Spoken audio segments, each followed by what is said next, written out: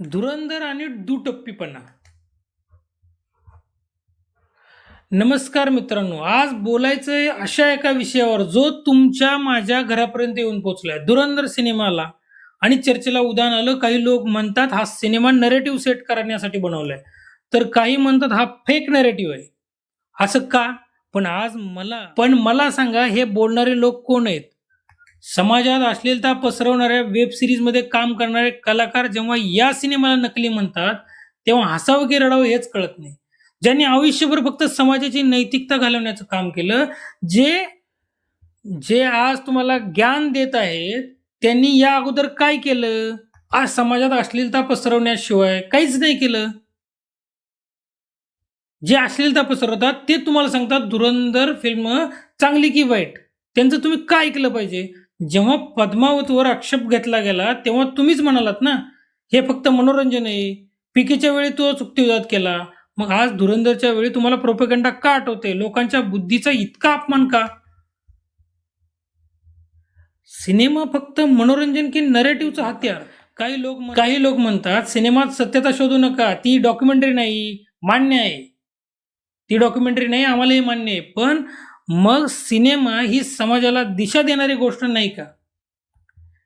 एखादा सीन पाहून तुमच्या डोळ्यात पाणी येतं, येतं की नाही येतं? एखाद्या सीनवरती तुम्ही टाळ्या वाजवता की नाही वाजवता? एखाद्या पिक्चर मधला जो विलन असतो त्याचा तुम्ही तिरस्कार करता की नाही करता. असं का होतं? कारण सिनेमा हा नरेटिव्ह सेट करण्यासाठी जगातील सर्वात प्रभावी माध्यम आहे.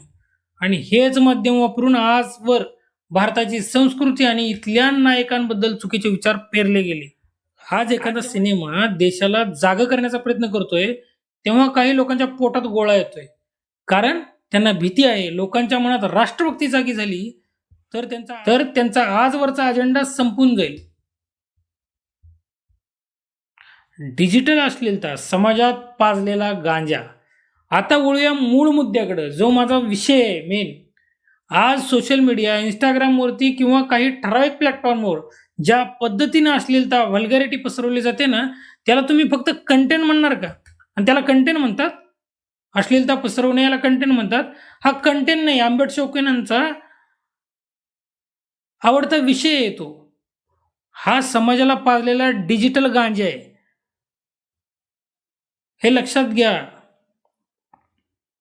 जे तरुण देशाच्या प्रश्नावर बोलले पाहिजे, ते अधर्माविरुद्ध पेटून उठले पाहिजे होते, ते आज अर्धवट कपड्यांमधील व्हिडिओ बघून शांत बसलेत.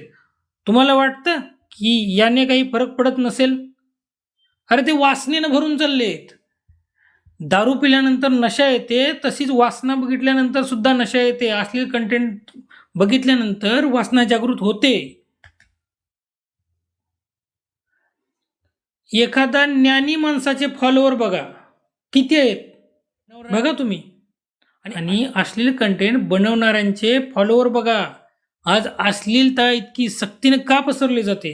कारण माणसाचं मूळ प्रश्नावरून भटकवायचं आहे. ज्या माणसाच्या डोक्यात सतत वासना असते, तो माणूस कधीच व्यवस्थेला प्रश्न विचारू शकत नाही. अश्लीलता आणि गुन्हेगारीचा काय संबंध? दारू विकणारा म्हणतो आम्ही कोणाला बळजबरीनं दारू पाजत नाही.